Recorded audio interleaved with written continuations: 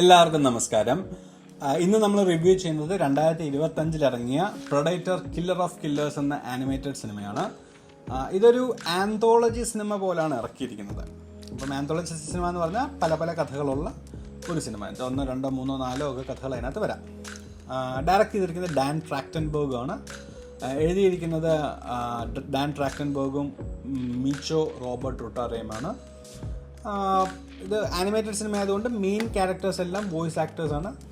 അതിലൊക്കെ എല്ലാം നമുക്ക് വരാം. അതിന് മുമ്പ് എനിക്ക് പ്രൊഡേറ്റർ എന്ന് പറയുന്ന സീരീസിനെ പറ്റി ഒന്ന് പറയാം.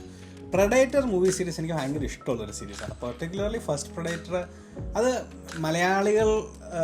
മലയാളികളിൽ അത് പ്രശസ്തമായത് കിരൺ ടി വിയിൽ മലയാളത്തിൽ പ്രൊഡേറ്റർ സിനിമ വന്നപ്പോഴാണ്. അത് പിന്നെ അർണോൾഡ് ആണല്ലോ അതിനകത്ത് പ്രധാന കഥാപാത്രമായിട്ട് വന്നത്. അടിപൊളി സിനിമയാണ് പ്രൊഡേറ്റർ. അത് കഴിഞ്ഞ് വന്ന ഒട്ടുമിക്ക സിനിമകളും പൊട്ടിപ്പോയി. പക്ഷേ എനിക്ക് പലതും ഇഷ്ടമാണ്. ഇപ്പം ഏലിയൻ വേഴ്സസ് പ്രൊഡേറ്റർ ആയാലും ഈവൻ പ്രൊഡേറ്റേഴ്സ് എന്ന് പറയുന്ന സിനിമയുണ്ട്, പ്രൊഡേറ്റർ 2. ഇതൊക്കെ എനിക്ക് ഇഷ്ടമുള്ള സിനിമകളാണ്. ഏറ്റവും ലേറ്റസ്റ്റ് ആയിട്ട് വന്ന പ്രൊഡേറ്റർ പ്രേ എന്ന സിനിമയല്ല, അതിന് മുമ്പ് പ്രൊഡേറ്റർ എന്ന് പറഞ്ഞ സിനിമ വന്നായിരുന്നു, ദ പ്രൊഡേറ്റർ എന്ന് പറഞ്ഞ സിനിമ. അതെനിക്ക് ഇഷ്ടപ്പെട്ടില്ല. പക്ഷെ അതൊഴിച്ചാൽ എനിക്കിഷ്ടമാണ്. 2022 പ്രേ എന്ന് പറഞ്ഞ സിനിമ ഇറങ്ങി. പ്രൊഡേറ്ററിൻ്റെ ഏറ്റവും പുതിയ തരാവുന്നത്. അത് ഡയറക്റ്റ് ചെയ്തത് ഈ സിനിമയുടെ ഡയറക്ടർ തന്നെയാണ്, ഡാൻ ട്രാക്ടൻബർഗ്. എനിക്ക് സത്യം പറഞ്ഞാൽ ഫസ്റ്റ് പ്രൊഡേറ്റർ കഴിഞ്ഞ ഏറ്റവും ഇഷ്ടമുള്ള സിനിമ പ്രേ ആയിട്ട് മാറി. കാരണം അടിപൊളി പ്രമിസ്, അടിപൊളി എക്സിക്യൂഷൻ, സൂപ്പറായിട്ടുണ്ട്. അതും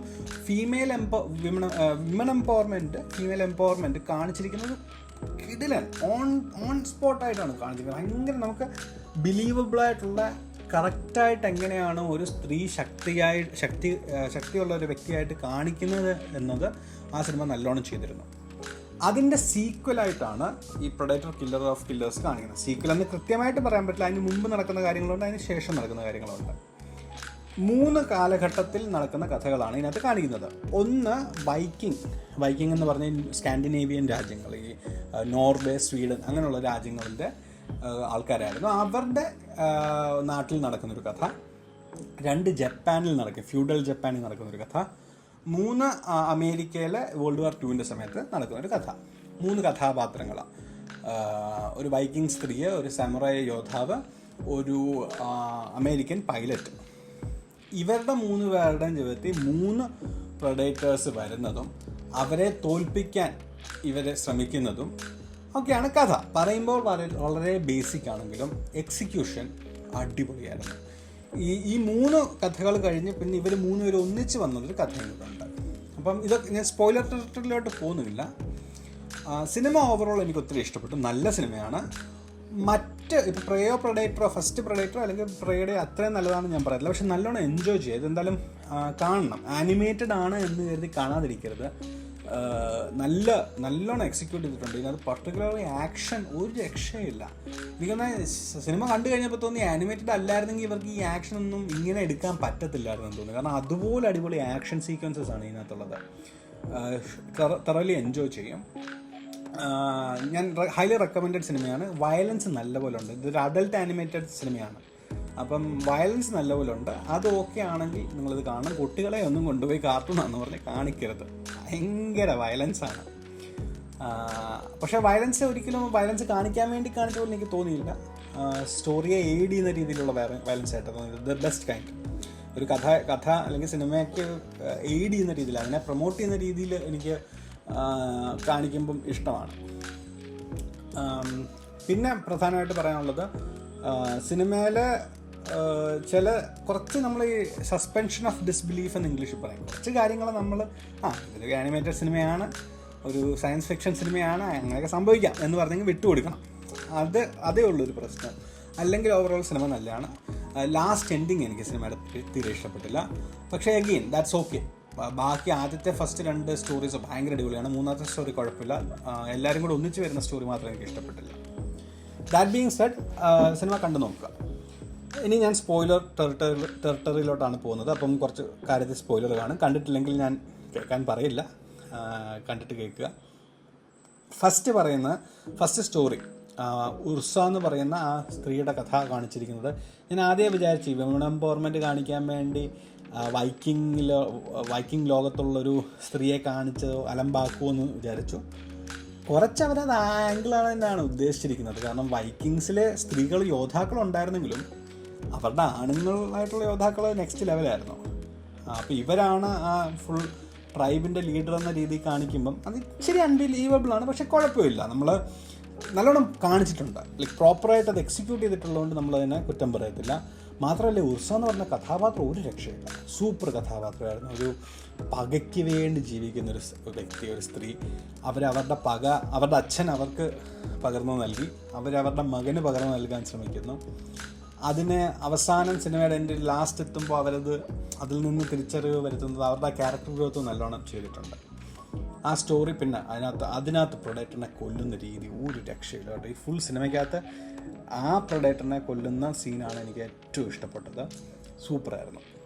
സെക്കൻഡ്, ജാപ്പനീസ് കഥ, രണ്ട് സഹോദരന്മാരുടെ കഥ കാണിക്കുന്നത്. അത് എനിക്ക് ജാപ്പനീസ് കൾച്ചറിനോട് ഭയങ്കര ഒരു ബയസുള്ള ഒരാളാണ്. എനിക്കത് കാണുമ്പോൾ തന്നെ ഭയങ്കരമായിട്ട് ഇഷ്ടപ്പെട്ടു, ആ സാമുറായി നിഞ്ച സ്റ്റൈല്. പിന്നെ അതിനകത്ത് ആക്ഷൻ സീക്വൻസസ് എല്ലാം അടിപൊളിയാണ്. ലൈക്ക് ഒരു ഭയങ്കര സ്റ്റൈലൈസ്ഡ് ആക്ഷൻ സീക്വൻസസ് ആണ്. അതിനകത്ത് പ്രൊഡേറ്ററും എനിക്ക് ആദ്യത്തെ പ്രൊഡേറ്റർ, വൈക്കിംഗ് പ്രൊഡേറ്ററിനേക്കാളും ഇഷ്ടപ്പെട്ടത് ഈ ജാപ്പനീസ് കഥയിലെ പ്രൊഡേറ്ററാണ്. കാരണം കുറച്ചൊരു ഫ്ലെക്സിബിളാണ്, ഫൈറ്ററാണ്. I felt like just size അല്ല, ഇയാൾ ആക്ച്വലി വളരെ കിടുവൊരു വില്ലനായിട്ട് എനിക്ക് തോന്നി. ആ പ്രൊഡേറ്ററിനെ എതിർക്കാൻ വേണ്ടി സഹോദരങ്ങൾ ഒന്നിക്കുന്നതും ആദ്യം അവരെന്തുകൊണ്ട് രണ്ട് ധ്രുവത്തിൽ പോയെന്നുള്ളതൊക്കെ കാണിക്കുന്നത് ആ സ്റ്റോറി ലൈൻ വളരെ നല്ലതായി. എനിക്ക് തോന്നുന്നത് സ്റ്റാർ വാർസിൻ്റെ ഒരു കാർട്ടൂണല്ല, അതിൻ്റെ ഗെയിമിൻ്റെ ഒരു സ്റ്റോറി ഇതായിരുന്നു. അപ്പോൾ അത് സിമിലറാണ്, പക്ഷേ എന്നാലും they have done A good job. അപ്പോൾ നമുക്ക് കുറ്റമൊന്നും പറയാൻ പറ്റില്ല. നല്ല രീതിയിൽ എനിക്ക് ആ ഫുൾ സീക്വൻസ് ഭയങ്കരമായിട്ട് ഇഷ്ടപ്പെട്ടു. ആകപ്പാടെ ആ രണ്ട് സ്റ്റോറിയിൽ എനിക്ക് കുറ്റം പറയാനുള്ള, രണ്ടിനകത്തു നിന്നും കഥാപാത്രങ്ങൾ രക്ഷപ്പെടുന്നത്, ഒരു വലിയ വീഴ്ചയിൽ നിന്ന് രക്ഷപ്പെടുന്നത് വെള്ളത്തിൽ വീണിട്ടാണ്. അപ്പോൾ അത് ഇച്ചിരി റെപ്പറ്റേറ്റീവായിട്ട് തോന്നി. പക്ഷേ സാരമില്ല, സിനിമ നല്ല രീതിയിൽ മുന്നോട്ട് കൊണ്ടുപോയല്ലോ, അപ്പോൾ പിന്നെ കുഴപ്പമില്ല. മൂന്നാമത്തെ സ്റ്റോറി വരുമ്പോൾ അമേരിക്കൻ പൈലറ്റിൻ്റെ കഥ പറയുമ്പം അത് കൊള്ളാം, നല്ല രീതിയിൽ ചെയ്തിട്ടുണ്ട്. അതിനകത്തൊരു അവർ തന്നെ റൂൾസ് സെറ്റ് ചെയ്ത് ഒരു സ്റ്റോറി കാണിക്കുന്നു. ഇന്ന കഴിവുകളാണ് ഈ പ്രൊഡേറ്ററിൻ്റെ പ്ലെയിനിനുള്ളത്. ഇന്നത്തെ പ്രൊഡേറ്റർ വെറുതെ അല്ല വരുന്നത്, പ്ലെയിനിലാണ് വരുന്നത്. അപ്പം ഹൈടെക് പ്ലെയിനാണ്. വേൾഡ് വാർ 2 സമയത്തുള്ള അമേരിക്കൻ പ്ലെയിനുകളോടാണ് യുദ്ധം ചെയ്യുന്നത്. അത് മാത്രം ബിലീവബിൾ ആയിരുന്നില്ല. അതൊരു ഹ്യൂമൻസിൻ്റെ അത്രയും പ്രാകൃതമായ പ്ലെയിൻസിനെ തോൽപ്പിക്കാൻ പറ്റാത്തൊരു പ്രൊഡേറ്ററിൻ്റെ പ്ലെയിൻ എന്ന് പറയുന്നത് എനിക്ക് വിശ്വസിക്കാൻ കഴിഞ്ഞില്ല. അത് ശരിയാണ്, ഇവർ സ്മാർട്ടായിട്ട് ആ മെക്സിക്കൻ പയ്യൻ, അമേരിക്കൻ പയ്യൻ അത് സ്മാർട്ടായിട്ട് മാന്യൂവർ ചെയ്താണ് തോൽപ്പിക്കുന്നതെന്നൊക്കെ കാണിക്കുന്നുണ്ടെങ്കിലും ബിലീവബിൾ അല്ലായിരുന്നു. പക്ഷേ എൻജോയ് ചെയ്തു. That's where I said like suspension of disbelief വരുന്നത് അവരാണ്. കുറച്ചൊക്കെ നമ്മൾ വിട്ടുകൊടുക്കുക, അധികം ലോജിക്കൊന്നും ചിന്തിക്കരുത്, കഥയിൽ ചോദ്യമില്ല എന്ന് പറയുന്ന പോലെ. പക്ഷെ ലാസ്റ്റ് പ്രൊഡേറ്ററിൻ്റെ ലോകം കാണിക്കുന്നത് അതെനിക്ക് അങ്ങോട്ട് ഇഷ്ടപ്പെട്ടില്ല. അത്രയും നാൾ നമ്മൾ ഈ പ്രൊഡേറ്ററിനെ പറ്റി അറിയാതിരിക്കുമ്പോഴാണ് കൂടുതൽ നമുക്കത് ഇൻട്രസ്റ്റിംഗ് ആവുന്നത്. അപ്പോൾ അത് അറിഞ്ഞു കഴിഞ്ഞപ്പം ഇതാണ് പ്രൊഡേറ്ററിൻ്റെ ലോകം. പ്രൊഡേറ്റേഴ്സിന് ഒരു രാജാവുണ്ട്. ആ രാജാവിനെ ഇവർ ആദ്യം തമ്മിൽ യുദ്ധം ചെയ്യണം, എന്നിട്ട് ജയിക്കുന്ന ആൾ ആ രാജാവിനെ പോയി യുദ്ധം ചെയ്യണം എന്നൊക്കെ പറയുമ്പം എനിക്കത് തീരെ പിടിച്ചില്ല, തുറന്നു പറഞ്ഞാൽ. അതൊരു like from A story point of view കൊള്ളത്തില്ല, പക്ഷേ from A style point of view കൊള്ളാം എന്ന് തോന്നി. പക്ഷെ എന്നാലും അത്രയും വീക്കൊരു സ്റ്റോറി അവർ നല്ലോണം എക്സിക്യൂട്ട് ചെയ്തിട്ടുണ്ട്. ആ ഫൈറ്റ് സീക്വൻസസും അവസാനം ഇവർ രക്ഷപ്പെടാൻ നോക്കുന്ന രീതിയും ഒക്കെ എനിക്ക് ഇഷ്ടപ്പെട്ടു. ഓവറോൾ കൊള്ളാം. പിന്നെ അതിനകത്ത് ഒരു സീനിൽ ഈ അമേരിക്കൻ പയ്യൻ അവരുടെ ആ ഒരു മൃഗത്തിൻ്റെ വായിലോട്ട് പോവുകയും അതിനകത്തുനിന്ന് പുറത്ത് വരികയും പിന്നെ അവൻ ഒരു മുറിയിൽ പോയി പെട്ടുപോവുകയും അവിടുന്ന് പിന്നെ അവൻ രക്ഷപ്പെട്ട് വണ്ടി എടുത്ത് വരുന്നതൊക്കെ സീനുണ്ട്. അപ്പോൾ ഇത് അത്രയും അങ്ങ് പുള്ളിക്ക് പറ്റുന്നൊരു കാര്യമായിട്ട് എനിക്ക് തോന്നിയില്ല. സെക്കൻഡ്, എങ്ങനെ അവൻ അവിടുന്ന് ആ വണ്ടി എടുത്ത് വന്നു എന്നറിയത്തില്ല. ആ വണ്ടി എങ്ങനെ അവന് ഓടിക്കാൻ പറ്റുന്നതെന്ന് നമുക്ക് മനസ്സിലാകത്തില്ല. അവസാനം പ്ലെയിൻ ഓടിക്കുന്നത് എങ്ങനെയാണെന്ന് മനസ്സിലാകത്തില്ല. അവസാനം ഇവരെ പ്ലെയിനിലൊരു ഹുക്ക് ഇട്ട് പിടിക്കുമ്പോൾ ആ ഹുക്ക് എങ്ങനെ പൊട്ടിക്കണമെന്ന് ഈ ഉർസ എന്ന് പറയുന്ന ക്യാരക്ടറിന് അറിയാമെന്നൊന്നും മനസ്സിലാകും. അപ്പം കുറേയൊക്കെ ഇതൊക്കെ ഇങ്ങനെ നടന്നു എന്ന് പറഞ്ഞെങ്കിൽ നമ്മൾ സസ്പെൻഷൻ ഓഫ് ഡിസ്ബിലീഫ് അഗെയിൻ. അപ്പം ഗ്രാജുവലി സിനിമ നല്ല ബോറാവുന്നുണ്ടായിരുന്നു. അവസാനം ആയപ്പോഴത്തേക്കും ബോറായി. പക്ഷേ ബോറായ ഇൻ ദ സെൻസ് ഇന്നത്തെ ലോജിക്ക് ബോറായി. സിനിമ ത്രൂ ഔട്ട് എൻഗേജിങ് ആണ്, നല്ലോണം വെൽ മെയ്ഡാണ്. ഞാൻ ആക്ഷൻ പടങ്ങൾ ഇഷ്ടപ്പെടുന്നവർക്ക് ഹൈലി റെക്കമെൻഡഡ് ആണ്. Even if you are not a animated movies fan, animated movies ഇഷ്ടമല്ല എങ്കിൽ പോലും കാർട്ടൂൺ എന്നും പറഞ്ഞൊന്നും തള്ളിക്കളയല്ല. നല്ല സിനിമയാണ്, വളരെ നല്ല സിനിമയാണ്, കണ്ടു നോക്കണം. എനിക്ക് മൊത്തത്തിൽ ഇഷ്ടപ്പെട്ടു.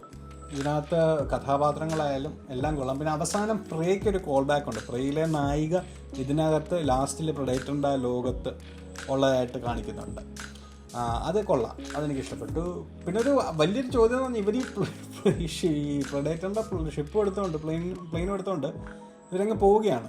എങ്ങോട്ടായി പോകുന്നത്? പ്രൊഡേറ്ററിൻ്റെ പ്ലാനറ്റ് എവിടെയാണെന്ന് വെച്ചിട്ടാ ഇവർക്ക് എങ്ങനെ അത് കൺട്രോൾ ചെയ്യാൻ പറ്റുന്നത്? എവിടെ പോകണമെന്ന് എങ്ങനെ അറിയാം? അപ്പം അങ്ങനെയുള്ള ചോദ്യങ്ങളൊക്കെ വരും.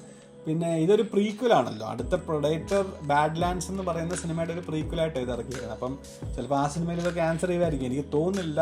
ഈ പ്രൊഡേറ്റർ സിനിമകളുടെ ട്രാക്ക് റെക്കോർഡ് വെച്ചിട്ട് ഒരു ഉത്തരങ്ങളില്ല, ചോദ്യങ്ങൾ മാത്രം തന്നിട്ട് പോകുന്ന പരിപാടിയാണ്. അങ്ങനെ എനിക്ക് തോന്നുന്നത്. പ്രൊഡേറ്ററിൻ്റെ ലോകം കാണിച്ചില്ലായിരുന്നെങ്കിൽ ഇച്ചിരി ബെറ്റർ ആയിരുന്നെന്ന് എനിക്ക് തോന്നി. അത്രേ ഉള്ളൂ. ഓവറോൾ നല്ല സിനിമയാണ്, കണ്ടു നോക്കുക.